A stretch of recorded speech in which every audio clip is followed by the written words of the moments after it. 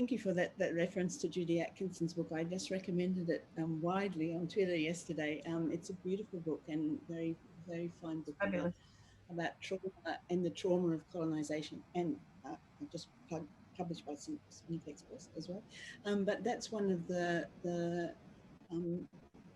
ways in which I think the book really breaks ground as well is in understanding violence against women in terms of not merely physical violence, but trauma the trauma that we carry and how we try to carry that and bear up under it, and how it's also, I mean, there's a sort of thread running through the book about and in Judy Atkinson's book about the transmission of trauma through women's bodies, I think.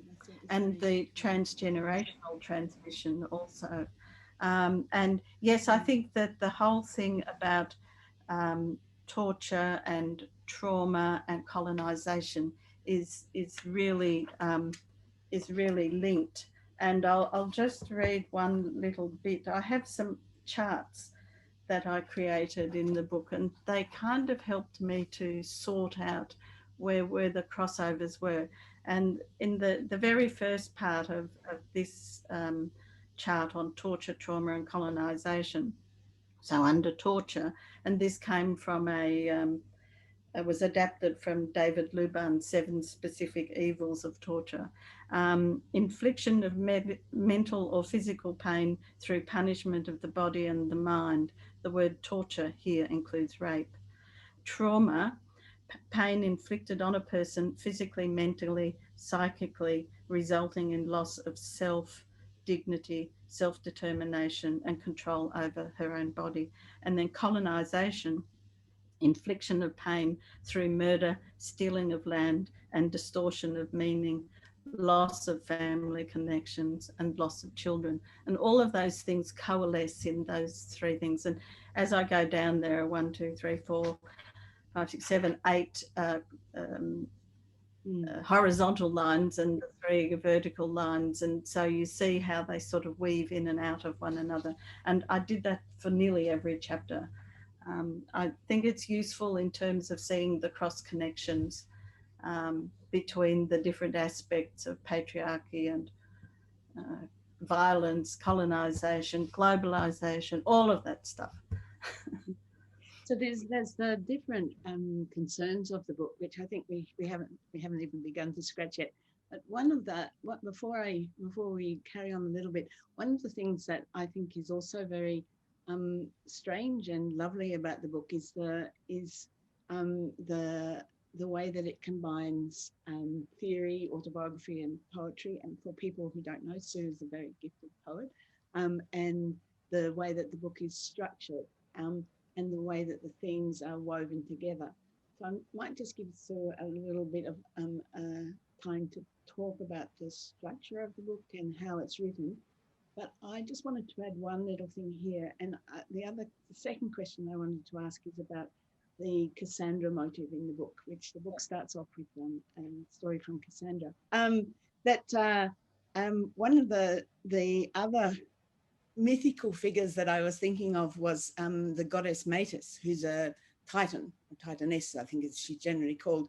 But she's the goddess of wisdom and cunning, but she weaves things together. And I was struck by how you actually use the term weaving things together as well, and how the book weaves together different themes and topics and brings them into a whole, but also weaves together these different approaches: theory, autobiography, poetry, history, and on a sort of a line of development that goes from the wars in the earlier chapters to breaking the spirit in the later chapters. So there's a lot in that question, sorry. Yeah. That's all right. I think I can just remind me if I miss anything. On Cassandra, there's a wonderful book by Krista Wolfe called Cassandra, and she has a quote which I can't remember totally, but basically she says it's the messenger, not the person who is violated, who is punished. And I think that that's exactly right. And Cassandra is is a fabulous character in the Greek tradition.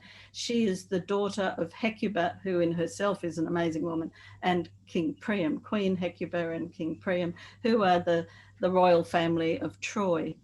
And Cassandra, when she was a child, had her ears licked by a serpent, and that meant, and the serpent was apparently sent by Apollo.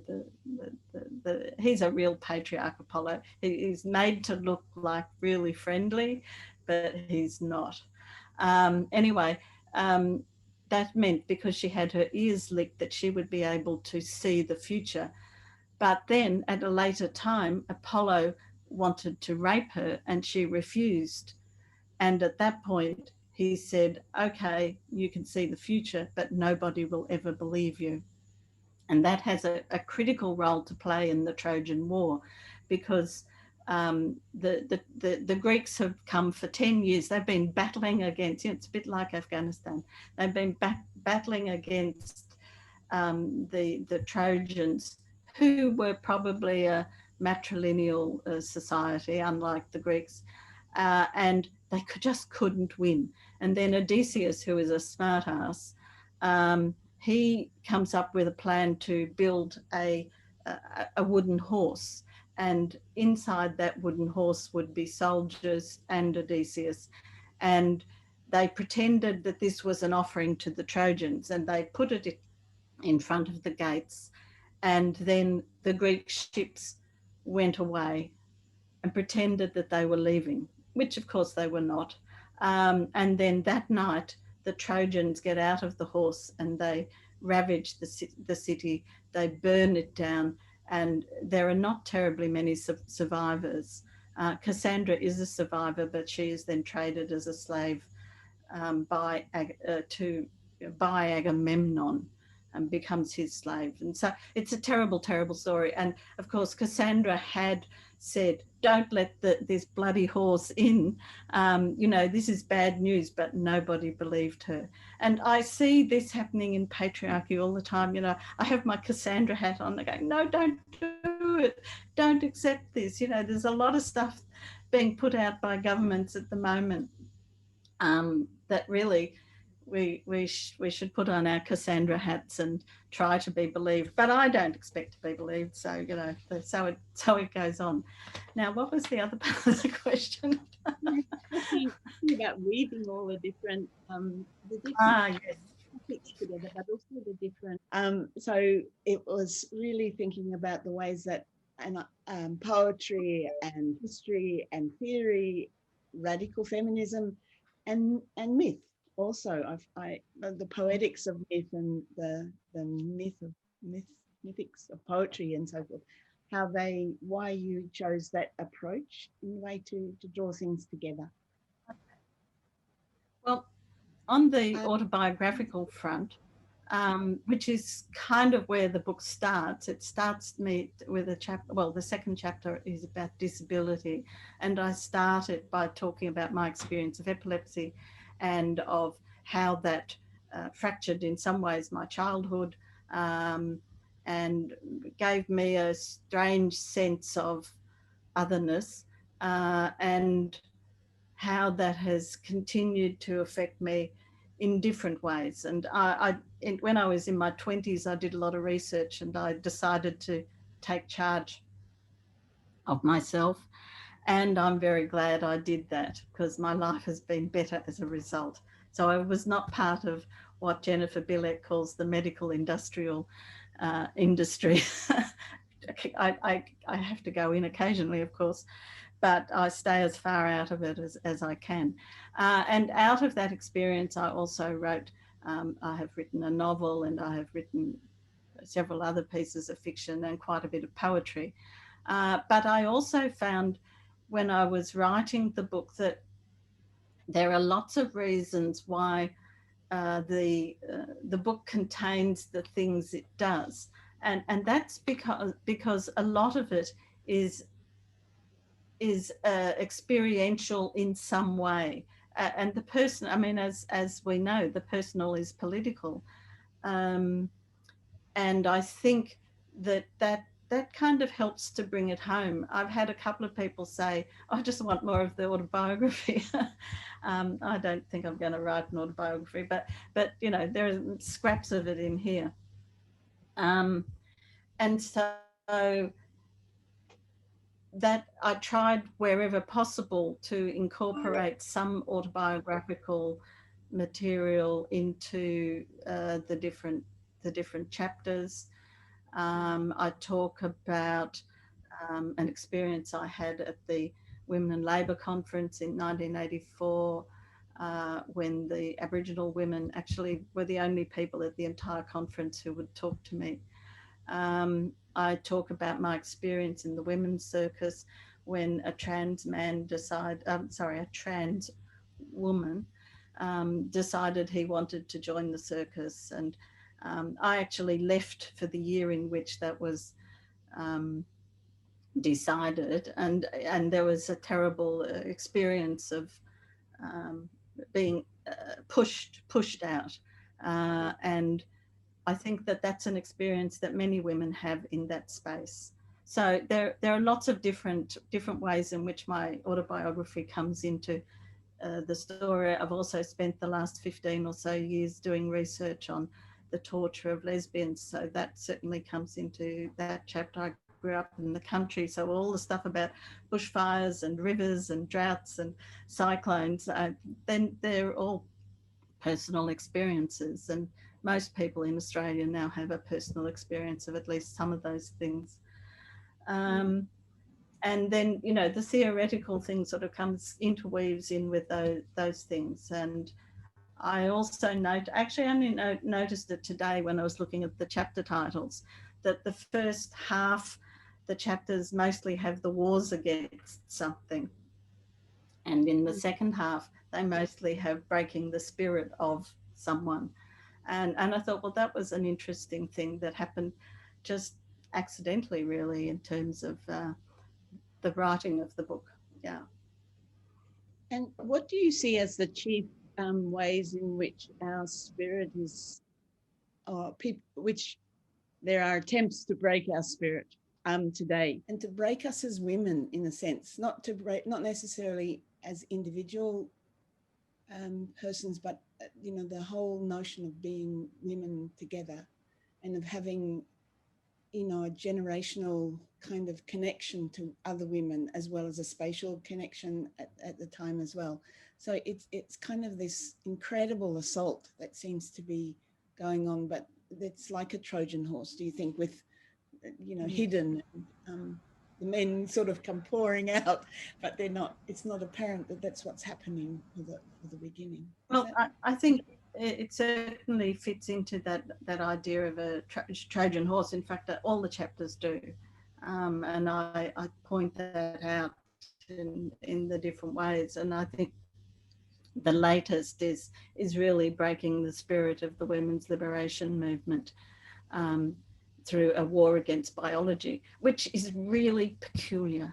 You know, why would you do that? Why would you start saying that biology isn't real? I mean, even the chief scientist in Australia thinks that way.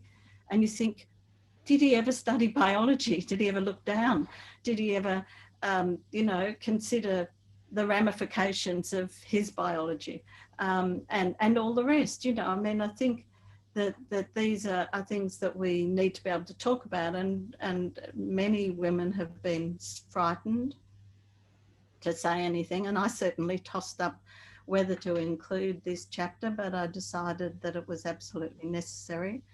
And I think that the ways in which women are being attacked verbally, the whole cancel culture thing, is very much part of this Trojan horse, you know, battle. But it is also the result of huge amounts of money coming from billionaires. And then when I started tracking the money, I discovered that people like George Soros are involved in giving out massive grants. One of the Trojan horse methods is to change the intentions of the organisations that are funded, so that organisations that used to be LGBT or just LGB or lesbian or gay or whatever, suddenly get a massive string of letters, and the T is really the major section being funded by billions of dollars. I mean, George Soros is there, and he's also funding prostitution, pro-prostitution. There's also Warren Buffett, who is well known on the American Stock Exchange, and it's raining here now. And his son is putting in huge amounts of money. Bill Gates has his finger in all sorts of pies. And then I discovered that not only do these guys have fingers in these sorts of areas, transgender, and pro-prostitution, or pro-sex work, I should say, they also are funding things that are anti-climate. They are climate deniers, and they are funding things that are going to make the discussion around climate more and more difficult. So I think that track, I mean, I was really panicking a bit when I started discovering this. And then there's the Pritzkers, you know, who helped Obama get in and who have helped Biden get in now. And, you know, it's really quite devastating, I think. Can I just add that Müge Sokman from Turkey has a publishing company called Metis, and she is here tonight. So I thought that Müge, you should get a mention. Thank you. I just on that whole Trojan horse thing, I would like to ask a bit more about a couple of things, other Trojan horses in this particular movement, the Yogyakarta principles, and also most recently and topically this legislation that's just about to be passed in Victoria, the conversion therapy provisions. I don't know, Susan, if you're across those, but Queensland, the ACT have also passed conversion therapy. I'm not really The Yogyakarta certainly, but the thing is that they put forward something that would appear to be benign and actually something that's helpful to the lesbian gay community, and then it seems to come with this other element they lump in, the gender identity. So yeah, I was wondering if you have anything to say about that. Well, it's very like what happens in countries who are called underdeveloped. They are offered all sorts of development money, and that development money means that they get shunted into the systems of the West.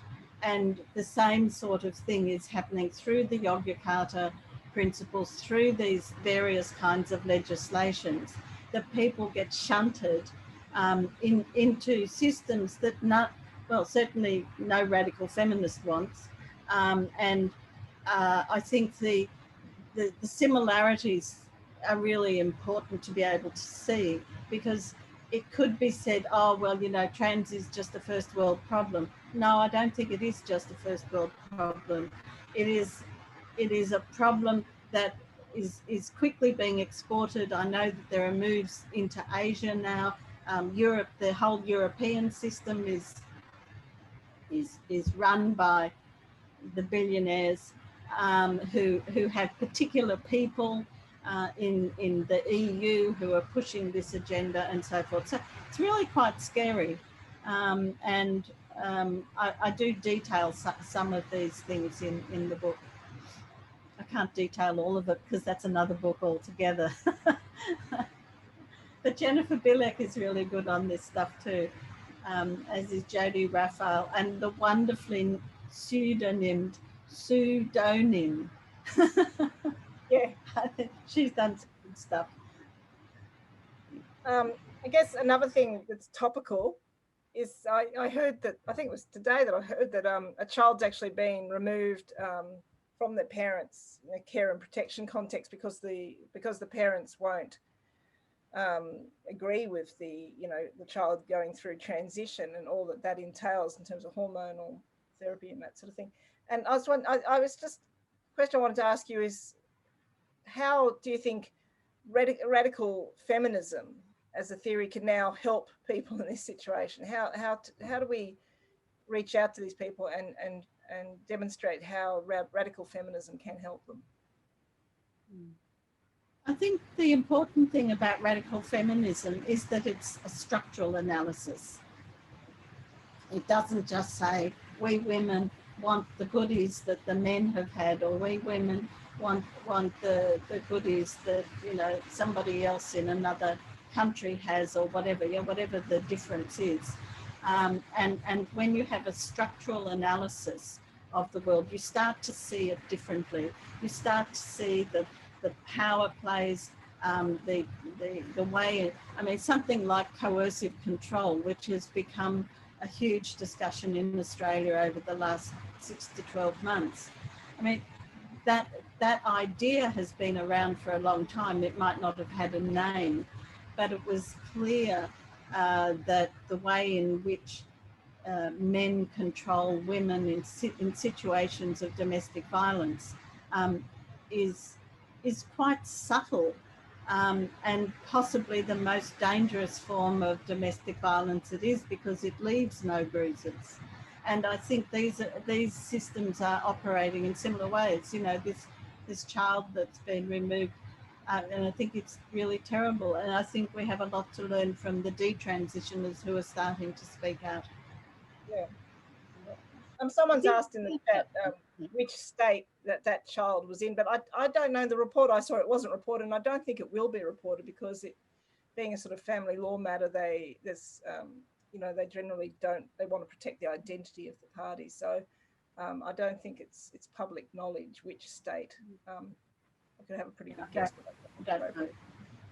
I think also, and that one of the things that comes out in the book too is by the interconnections that are woven, is that trans isn't just sitting off there on its own, those questions, but that they're very, especially in the family court, they're very often related to questions about the father's use of pornography, father's consumption of pornography or consumption of women in pornography.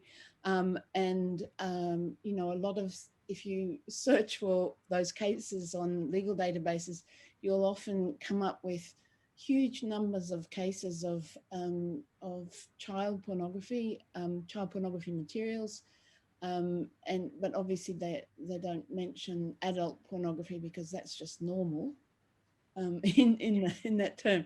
But you know, or the importation of sex dolls, for example. There was a case in Victoria last week of a school. A boy took along a sex doll to the school to celebrate breakup, and the head teacher took part in the degradation of the doll, I suppose, throwing things at it, you know, puncturing it, that sort of using it in ways that, you know, that people will use women, I suppose. So I think Roper is doing that pornography and prostitution are you know, very closely related to these questions of trans, but we haven't really sort of.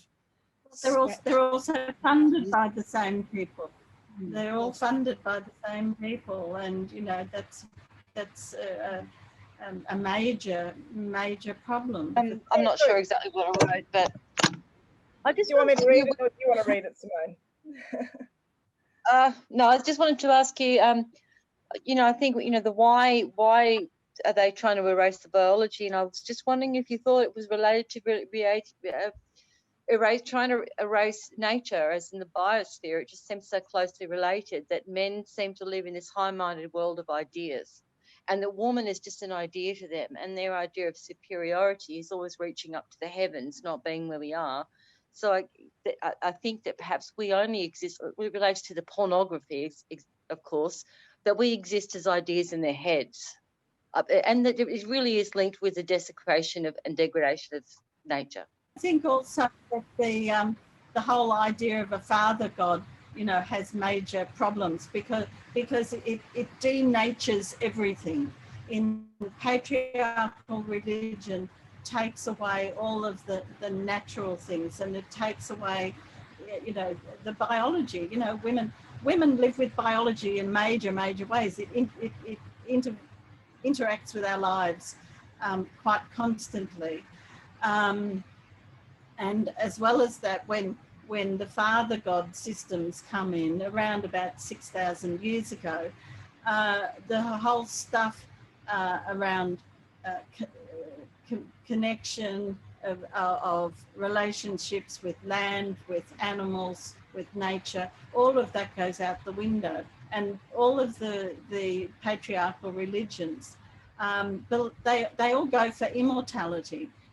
Whereas the matrilineal gynocentric societies, they don't do that. You know, first of all, they don't have wars because they don't have fortifications, and secondly, it's organic. You know, I mean the connections between the world and the women and life is recognised, and so yes, I agree with you, Simone. I think this is very much a way of denaturing society, and I also think that the whole transhumanism thing is going to come on through this, and Jennifer Bilek writes about that and the way in which this is going to denature us even further and disengage us and you know, disconnect us from one another. And I think it's very, very dangerous. Yes, patriarchy wants to erase biology as with nature. Similar things are happening with the production, sale and use of sex dolls and now sex robots. All are forces aimed to propel us towards transhumanism. That sounds like a comment rather than a question, really. And she goes on, and the further devaluation of women. Yes, yes, indeed. I mean, the whole, you know, the whole cyber zone is problematic. And I heard on the radio this afternoon that QR codes have absolutely no security around them whatsoever. And you might be agreeing to all sorts of things you've never ever would agree to if you could even know who was giving you the QR code. You know, when you go to a cafe and you have to stick your phone over it and all the rest. What are you giving away? You're giving away your mobile number and your email address, and that's gold apparently. So and the other thing is, you know, the whole transhuman thing, the misuse of animals, the AI. You know, this is not stuff that I know a great deal about, but it's all part of the same general movement. Yeah, I wanted to come back. Someone else has mentioned those conversion therapy provisions. And I also want to comment about the coercive control legislation, because I'm a little bit involved with that. And I think I'm worried that it's another Trojan horse. I mean, we all know it's very important. We all know that coercive control is a huge factor in domestic violence relationships. But the worry that some of us have is particularly the way the current bills, the New South Wales bills put up by Labor and the Greens are drafted, that they will be used by perpetrators against women.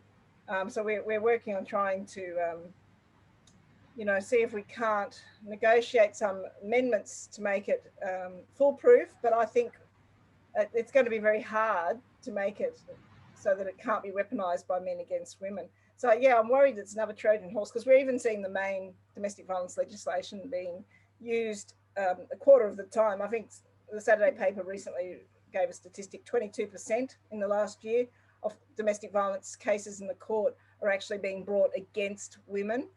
And if you're in the courts like I am, you find a lot of those cases are really quite ridiculous.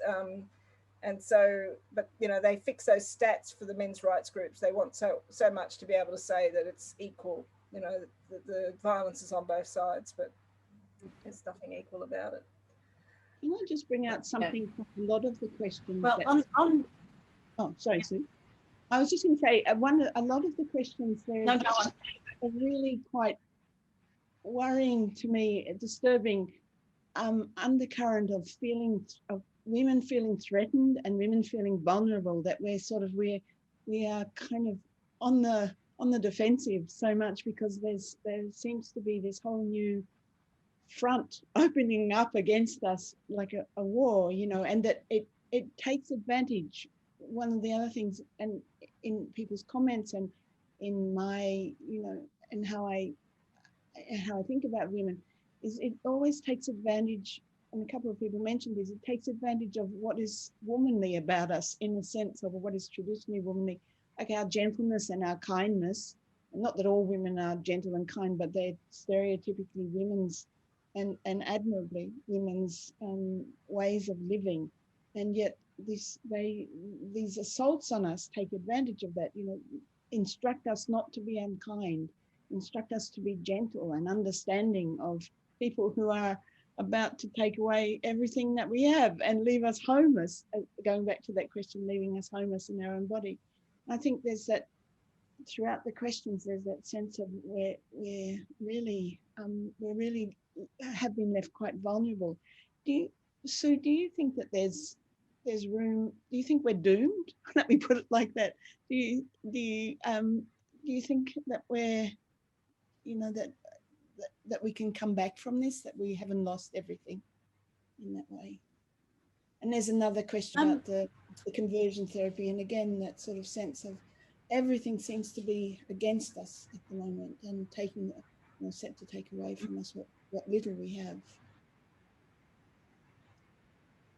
Well, I mean, yes, there are days when I think we're doomed, and there are days when I have moments of optimism. Yesterday I saw on Facebook that the ladies of Llanloughlin in Wales met up with, what's the name? As in Gentleman Jack.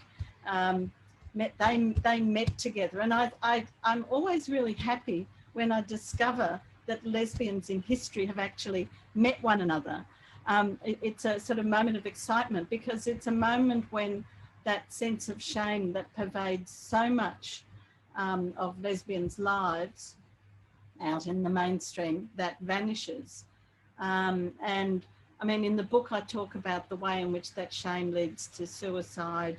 It leads to transitioning, it leads to silence about the violence against lesbians, and of course things like corrective rape are there because the women ought to be ashamed for being lesbians, and they think that by raping them they'll turn them heterosexual. I mean, what weird thinking is that? So when, you know, so that I've heard, but there are moments, I think, when I feel really optimistic about the ways in which women create new worlds.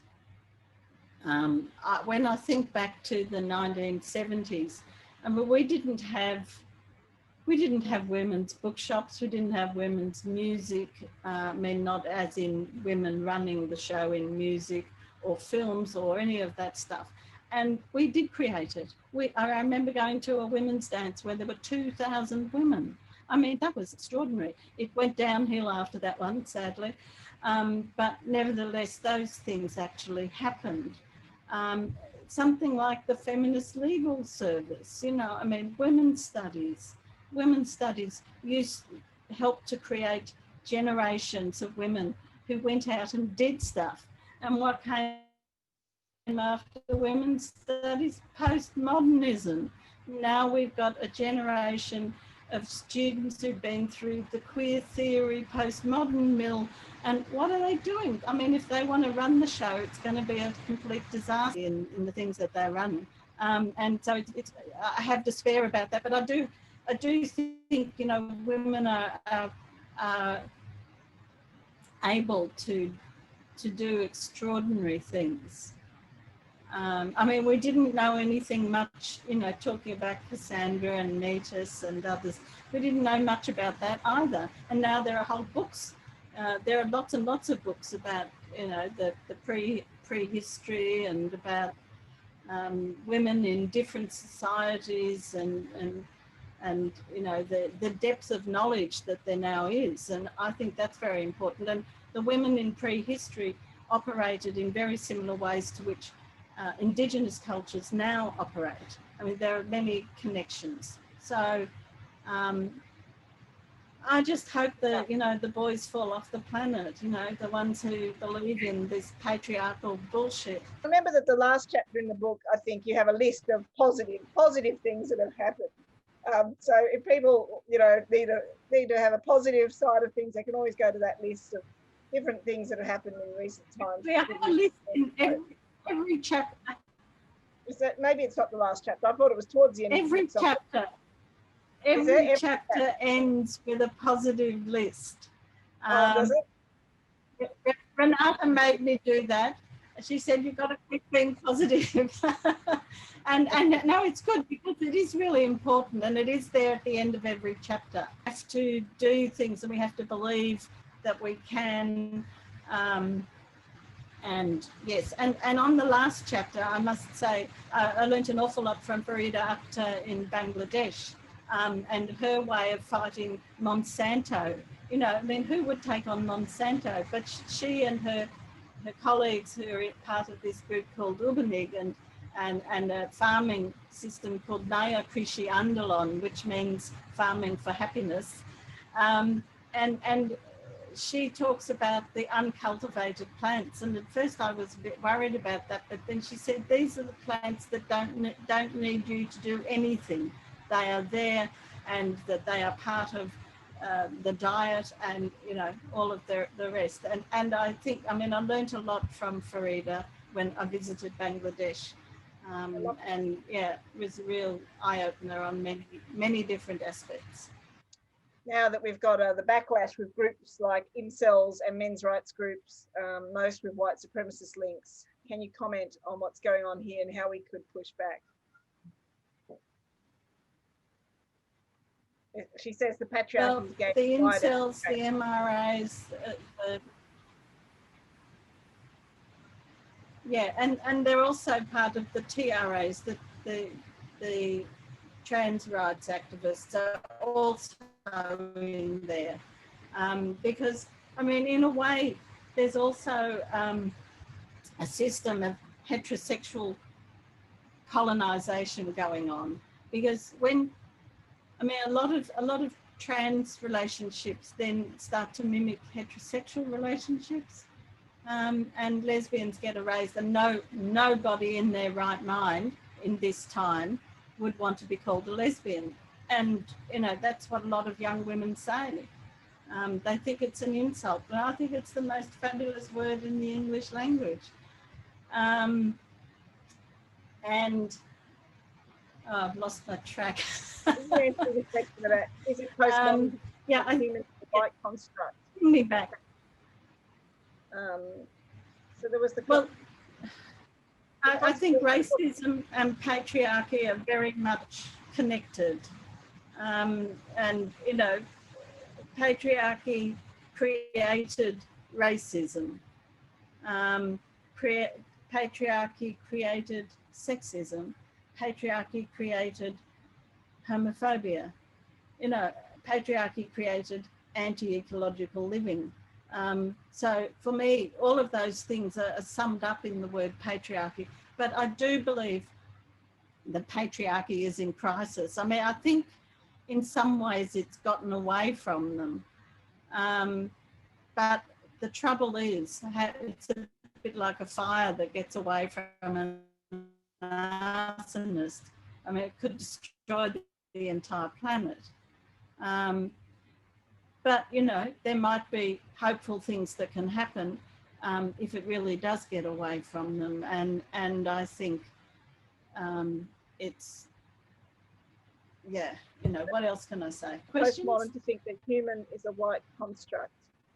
So is it postmodern to think that human is a white construct that denied that term to black people and subjugate all they deem that does not fit their enlightened idea of what is human?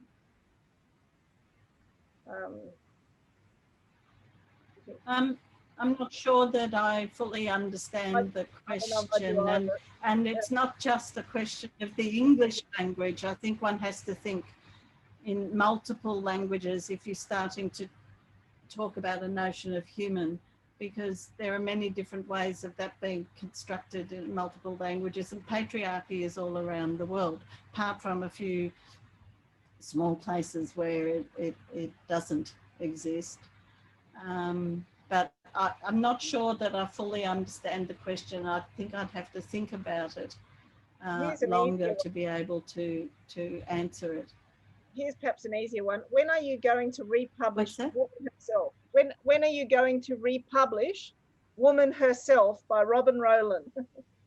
Well, I can't actually tell you about when we're going to publish anything that's not on our current publishing list, because it's, you know, we already have our publishing program for this year, and I wish there were more radical feminist publishing houses around so that we could share the load. Renata's saying it wasn't even I'm sorry, I can't answer. Renata's responded that it wasn't Sorry? a spinifex. According to Renata, it was not one of spinifex. It wasn't a spinifex title. No, it's not. That's true. It's a very good book, but it's not one that we've published. We do try to keep our books in print. It's part of our ethics, and trying to make sure that writers continue to earn from the books. Of course, you know, being a small publisher, it's always a struggle. So Catherine Anderson says we'll win, and Anne Leduc says butterfly politics work like this event tonight. So now we've been an hour. Do people want to carry on for the next half an hour, or shall we leave it? What do you think, Susan? Can I say a couple of things that I think we haven't covered? Going back to violence, one of the things that has come out in the femicide statistics and in the destroy the joint and other things is that women are being killed massively. In huge numbers of women are being killed every single year. On the UK figures that I have, there were approximately 100 women who were killed every year. And in UK, in the last 10 years, 7 trans people were killed. So when you hear that somebody says that there's so much violence against trans, I think it's really important to recognise that these statistics are very odd. And in another one, on the global murders in 2018, there were probably about 242 all around the world, trans people who were killed, and 50,000 women. Now, 50,000 women is a huge number of women, and these are only the murders that are recorded, and there are probably many more. And so I think those sorts of arguments need to be able to answer back when people say those things to you.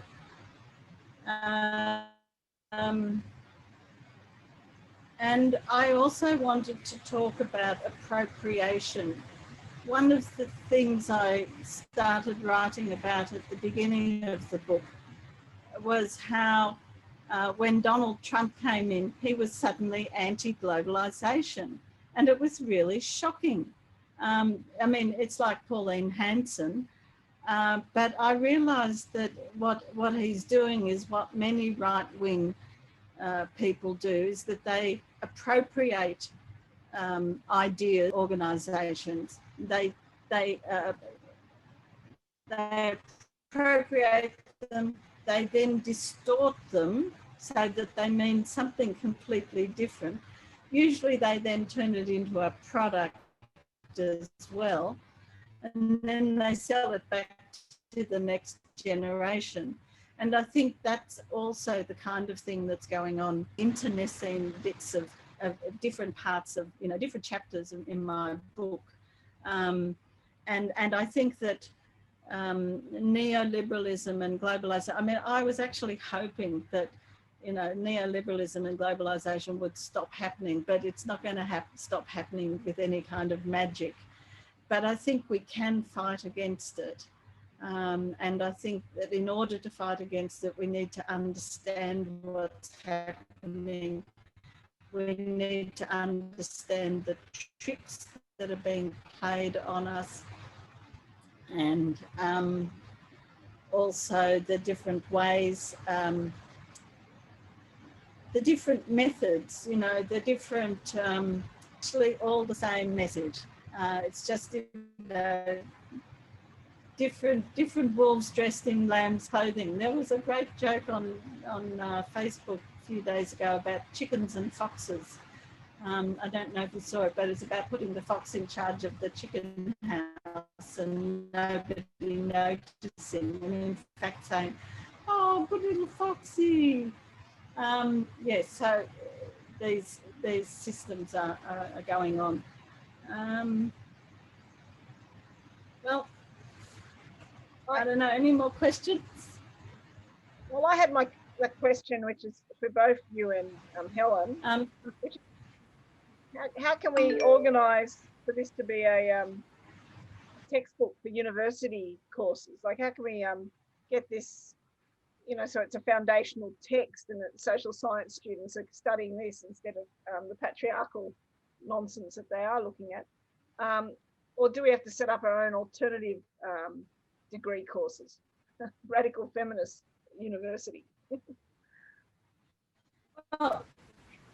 Well, we used to have radical feminist women's studies courses, and we used to have all sorts of other things. But of course, they were all taken over by gender studies, and then they died. Because men don't have gender, only women do. And men know that gender doesn't apply to them unless they're transgenders. And the rest of the male population, they find it completely irrelevant. And it's also why there are no such things as cis men. Well, because men already have the privilege, so there's no way to shame them, you know. I mean, it's just, yeah. Laura's saying that those of us... Whereas cis women are seen as privileged. Sorry, I talked over you just then. You're freezing a little bit. I think it's that bad weather that you're having. That's okay. Yeah. So yeah, Laura said that those of us in universities can order this book. So I've got some information. When you're ready, Susan, I can put up on the screen. That's about how people can order the book. Do you have anything else you want to cover off? Maybe I can just do a brief intro before you put it up. And basically, if you go to the Spin-off Express website, www.spinoffexpress.com.au, and you go to the section at the top of the site where it says order, it has all of the information on how to order it, no matter where you are in the world. In Australia and New Zealand, definitely order directly from our site. In the USA, Canada and Mexico, we have distributed by IPG, who are based in Chicago, and they're very good. And in the UK, we have Gazelle, and they cover the UK and Ireland and Europe. And if you're not covered by any of those countries, then come straight to the Spinifex website, and we'll get it to you. And I think Renata, we have to invite into my office pretty soon. Yeah, that's right. Where are you, Renata? She's not. She'll come. She'll come in from next door. We have to make sure that we're on different internet systems, otherwise it really messes it up. Yeah. And she's coming. So please, everyone, order Vortex into your local library, bookstore. Somebody else is making a comment. I was still about biology saying that women are weak. Michelle, that's why trans claim the weakness they feel on HRT is feminine rather than them killing their body. Exactly. And it's crazy to say women are weak. Hi, Renata. It's actually amazing that we still have a connection, because we have a dreadful storm here. And I've just been dreading that it will all stop, because Susan's, you didn't notice, but your picture was frozen for a lot of time. Okay. And I put out all the connections out so the storm won't get us. But we're still here, you know, patriarchy is coming for us. We're coming for patriarchy. But we are strong. No, women, we can do it. I basically just do the thanks at the end. So first of all, thank you to everybody who's here. I think it's a great pity we can't see at least little pictures. So maybe next time we should use the other format. But somebody said about bandwidth, and then maybe we can't do it. So that's the first thing. Thank you for being here. Secondly, can I really, really, really recommend this book? It's a ripper. It really is a ripper. And she's unbiased, of it's course. a door stopper. Plus, it has the bestest ever cover. I think the cover is just gorgeous and fantastic, and I want to really thank our designer Deb Snipson for this, because the Vortex, really, which I call the plug hole, if I had been up to me, the book would have been called The Plug Hole, you know, Patriarchy in Crisis. I don't know if that would have sold more copies, but maybe it would have. Anyway, you can really see the plug hole. So thank you to Deb. Then the interiors are also very beautiful. You know, you read all these dreadful things, but there is also optimism in it, and it's beautifully laid out. Then this book had to be edited, painfully edited, many edits, many times edited. Even Susan needs to be edited. Everybody needs to be edited. And so big thanks to Pauline Hopkins, who I hope is here, our wonderful editor, and to myself also. But of course also to Susan, because she was very good at listening to our our instructions or recommendations, I should say. And of course, the other members of the Spinifex team are all fabulous women, all committed and not afraid to actually publicize our radical feminist books, like Rachel McDermott, for instance, or Caitlin Roper on Facebook, and of course our fantastic office manager Marilyn Damiano, with whom we would just not be able to function. So thank you to everybody very much. Susan has said, or somebody said before, where you can get the books. We're very pleased that we now actually have the books available at the same time in the US also and in the UK. So you can go and get them there, which is really an improvement. That's thanks to COVID. Before we used to ship them, and there was a delay of 3 months, but now the shipping is so unreliable, so we publish them there as well. Anything more? I would also like the Lycos. This may be the last you ever see of us. I would also like to thank the two international publishers who first suggested that I should write a short version of Wild Politics, but then it turned into Vortex, and one of the things that made it possible, that goes reverse, it doesn't work. One of the things that made it possible for me to start was that I got a 2-week writing residency in the Gulyazi Writers' House in a little place near Bursa in Turkey, and that gave me 2 weeks of, well, actually it was Ramadan, so there was absolutely nothing to do other than write, and that was great, because that was the moment where I started to get the structure of the book. Of course, it took another 2 years to finalize that, but that really made a difference to me. So they're my other thank yous. There are, of course, many more, and they're in the book. And I just want all my Facebook friends who gave me all sorts of fabulous connections to links to things. Yes. I just wanted to also give my thanks. One, first of all, to Susan for writing this book, giving us the opportunity to to participate in her wisdom and cunning and the beauty of your writing, the metis of the weaving of it. But also, can I also thank Spinifex Press? I know I've done this before, but I'd like to do it again.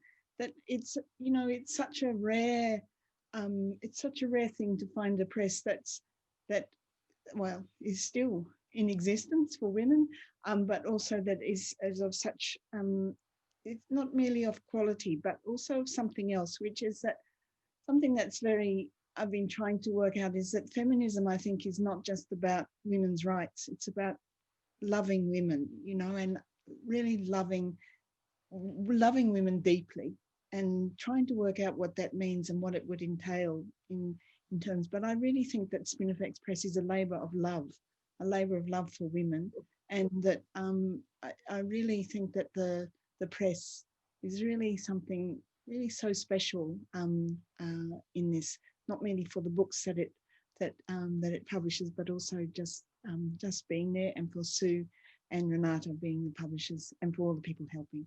So there's also people mentioning other publishers as well, but certainly Spinifex is very special. I'd like that Spinifex press, and thank you for making very this important. This opportunity to thank you. Yeah. Spinifex Press has been a very important factor in my acquaintance with radical feminism. I started off with the Women's Library, and Spinifex Press provide their books to the Women's Library, so that was great. But also the conferences, the wonderful conferences that you've held, a couple that I had the opportunity to attend in Victoria, where I was able to meet lots of like-minded women, and that was like really important to me as a major factor in sort of motivating me to sort of set up Feminist Legal Clinic. And I want to thank you for those opportunities. There was I think it was your 25th anniversary was the first one that I attended. That was terrific.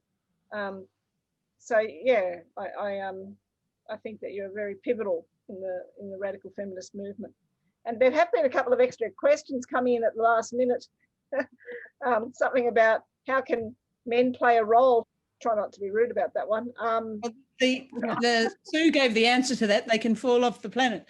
But no, I mean, look, they could instead of giving money to patriarchal things, they could actually, I don't actually want to receive the money, but they could, fund good organisations and actually support women's things. And in the book, I have this section of money trails in each chapter. And in the lesbian chapter, I just have to say, well, there isn't any.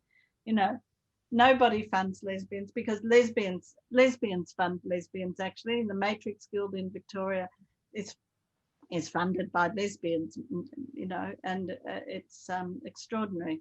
So yeah, but we should also say that some men, some very few men, are allies and have been allies for many years. And we should say that the only book that Spinifex published by a man is, of course, Bob Jensen's book, The End of Patriarchy, Radical Feminism for Men. And Bob is a rare kind of man, because he always states very clearly that everything he knows from radical feminism.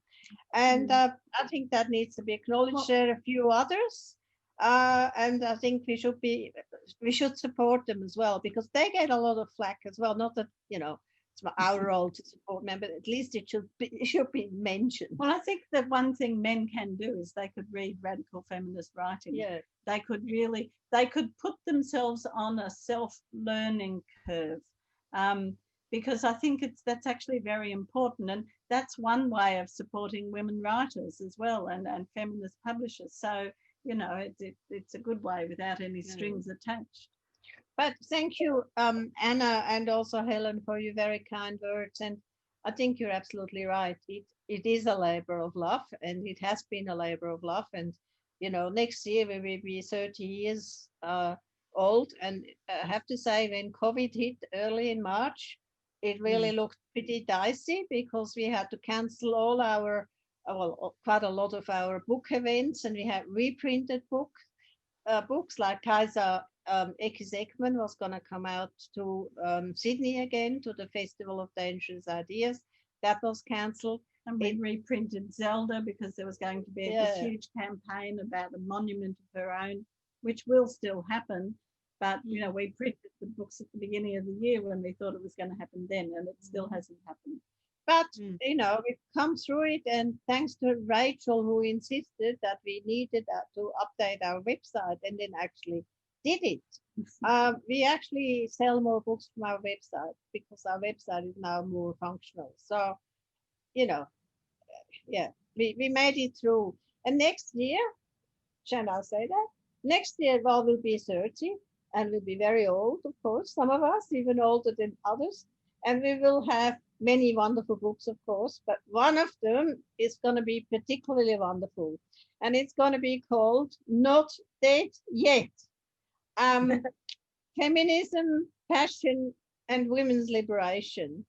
And it's only for women who are 70 years old and older. And honestly, they are the it's going to contributors. be a big, fat, wonderful book. We've got already 60 plus contributions, which makes me really shake in my boots, but we did invite them. And I hadn't thought really when we started this project, I hadn't thought how incredibly diverse these contributions are. And it's actually really also going to be a little bit of a history book, because many women talk about what they did in the 70s, you know, when they were active in the women's liberation movement. And it's going to be a fabulous, fabulous book, and hopefully we'll get a lot of younger women interested, unless, of course, they say, oh, old biddies, why do we need to read that? But we will try and make a lot of fuss and get this book out. And I'd also like to thank both of you for hosting this and launching my book and being in conversation and thinking through the different issues. I really appreciate it. And also the Women's Human Rights Campaign for making this possible for us to have this. And now we have to introduce the most important member. Well, we don't know if it's Nala, come up here. There she is. Nala, No, just let her stand there. Nalina.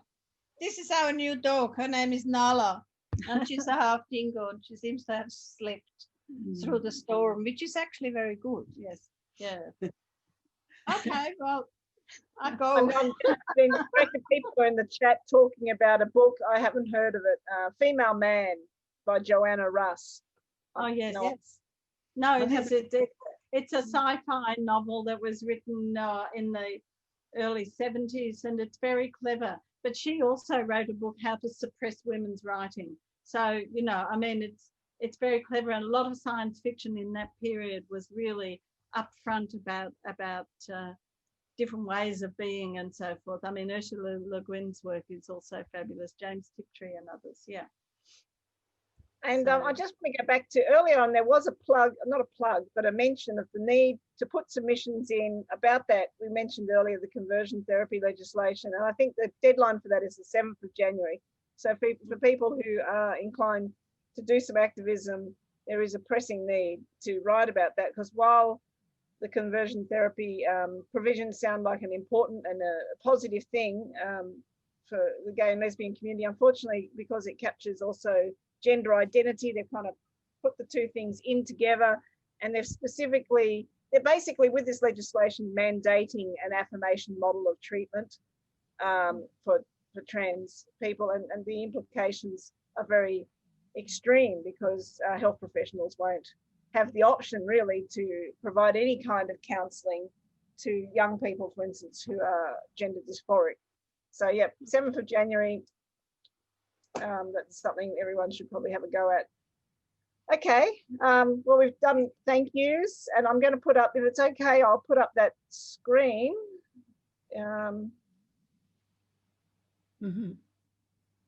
right, there. So that's just putting that up again so that people who didn't catch it the first time, where you can order Vortex. I think Susan ran through this already, but I just thought I'd put it up there for people who didn't catch it. If you are in, it's very specific, if you're in UK, Europe, or if you're in the United States, there's particular outlets that you're best off purchasing the book from. But otherwise, just go to the Spinifex website. It might be a bit slower if you want to use international postage, but if you get an ebook, it will be quicker. And it's instant. Yes, and there is one more question here in the Q&A. She said, after all you've learned in life, what advice would you give to your younger self? What advice do you have for women who are new in these circles? Well, I think one of the things I would say is that when the women's movement first started, we joined consciousness raising groups. Now, when I joined a consciousness raising group, I had no idea what it was, nor did any of the other women in the group. And so we muddled along. But what we did was we talked about our lives. We talked about our lives and how we had been affected by different things in our lives, whether it was, you know, the brother getting all the food and and as the sister getting nothing, or getting all the wrong toys, or, you know, just little things, or different kinds of discrimination, things about what happened, you know, rape. That took quite a long time for women to talk about their experiences of rape or harassment. We did not go to a therapist. We worked it out for ourselves. And what we did was, you know, we learned from one another. And so I think that that's the best. I know it's difficult in this era of social media, but if you have local friends, maybe that's a possibility. I don't know whether it's possible to do such things on Zoom. I don't think it's quite the same, but, you know, it could be a way to go. And so do it, just the sisters doing it for ourselves is pretty much how it is. And be creative, be inventive, be demanding, and insist that the things that women need are the things that half the people, more than half the people on the planet need, and that's important to remember. And that the poorest group in the world is women. And keeping that in mind is also important. Where it doesn't matter whether even white women are the poorest, poorer, but particularly so among Indigenous communities, amongst migrant and refugee communities. Poverty is a really major issue, and that, I think, is really critical to remember. Okay, I'm just running through some of the comments. I see someone says that they have a copy of Vortex, which is printed backwards. That sounds like an important collector's item. I think you should Really? treasure. Is that real that has said that? My copy of Vortex is printed backwards. Interesting exercise in reading back to front. Thanks, Sue, for writing it. Very important. Thank you, Paddle. I'd keep that and treasure it. I mean, I can't have too many of those out there. Hey, please return it to me, and we'll send you another copy printed forward. How is that possible? I would really like to see this. I reckon keep hold of it. Sounds like it's going to be worth. But we also need to let the printer know that this has happened. We need to see if there are other copies affected in similar ways. And that would be very tiring to read with a mirror, wouldn't it? That would be awkward. So. Very.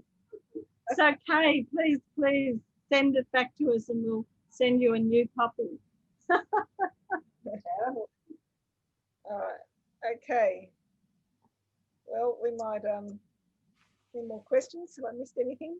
No.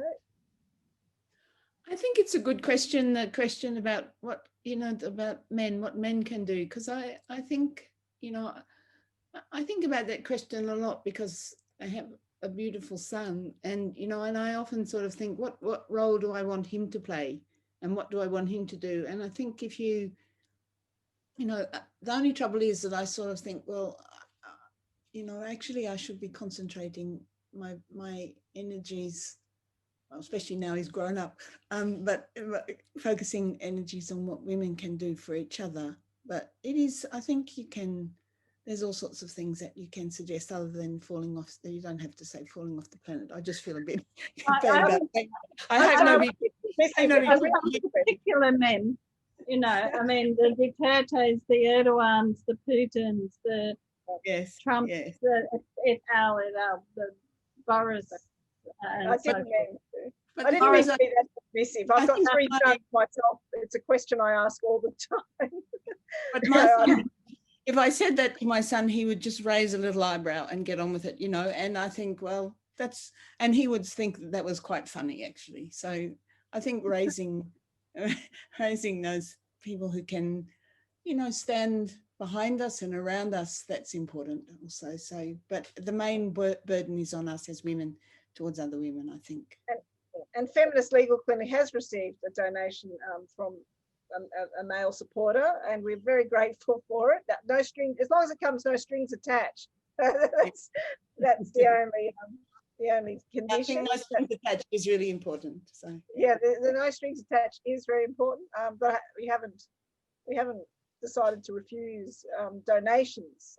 But we But yeah, so that's always, I think that's always helpful. That's one area where men have something that women don't seem to have much of: money. I'd just like to thank everybody for coming tonight. I'm absolutely thrilled that you were able to make it. Really, thanks a lot. Thank you, everyone. Okay, we might leave it there then. Thanks very much.